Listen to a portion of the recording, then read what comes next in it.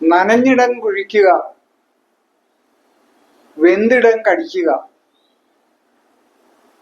ഇത് പഴമക്കാർ പറയാറുണ്ട്. നമ്മുടെ സർക്കാരിൻ്റെ വരുമാനത്തിൽ കാര്യമായ പ്ലാനിംഗ് ഇല്ലാതെ നീങ്ങുന്ന ഒരു രീതി,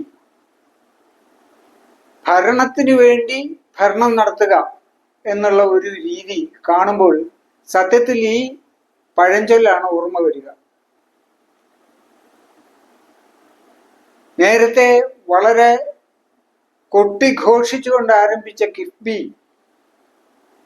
അതിലൂടെ നിർമ്മിച്ച റോഡുകൾക്ക് ഇപ്പോൾ ടോൾ ഏർപ്പെടുത്തുന്നു എന്ന് കേൾക്കുമ്പോൾ സത്യത്തിൽ ഈ പഴമൊഴി ഓർത്തു പോവുകയാണ്.